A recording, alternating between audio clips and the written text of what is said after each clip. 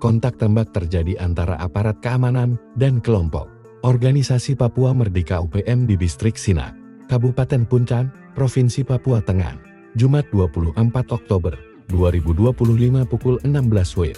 Informasi di lapangan.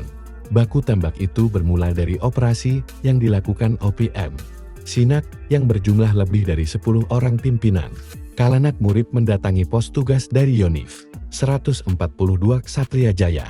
Ulah para serdadu OPM ini sudah terpantau drone dan prajurit yang pos di titik kuat Agengen. Mereka pun siaga menanti tindakan OPM. Para serdadu OPM kemudian mengepung lokasi dan melakukan tembakan. Lalu dibalas barisan sniper rider yang sudah siaga. Kontak tembak antara personel di pos titik kuat Agengen pun terjadi. Barisan sniper TNI berhasil memukul mundur pasukan OPM. Namun, dari kontak tembak tersebut, terdapat salah satu personil berinisial DS terkena tembakan, mengalami luka tembak di bagian paha sebelah kanan. DS disebutkan berusaha melakukan pengejaran terhadap anggota OPM yang telah melarikan diri. Kini DS dievakuasi ke tempat aman.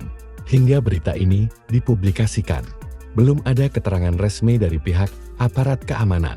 Korban luka tembak telah dievakuasi dari Bandara Sinak menuju Bandara Moses Kilangin Timika, Sabtu 25 Oktober 2025 pagi. Adapun evakuasi dengan menggunakan pesawat Smart Cakrawala Aviasi C-208 Bitapaka SNF dari Distrik Sinak. Pratu DS diketahui berasal dari Satuan Yonif 142 KJ dengan penugasan dan Pokpantin 3 TK Agengen. Satgas Pantas Mobil RIPNG Kops TNI Habena. Sampai di Timika korban dibawa menuju ambulans Rumkit TK 4 Timika Kasdam 17 Cendrawasih, Mel 32, Distrik Kuala Kencana.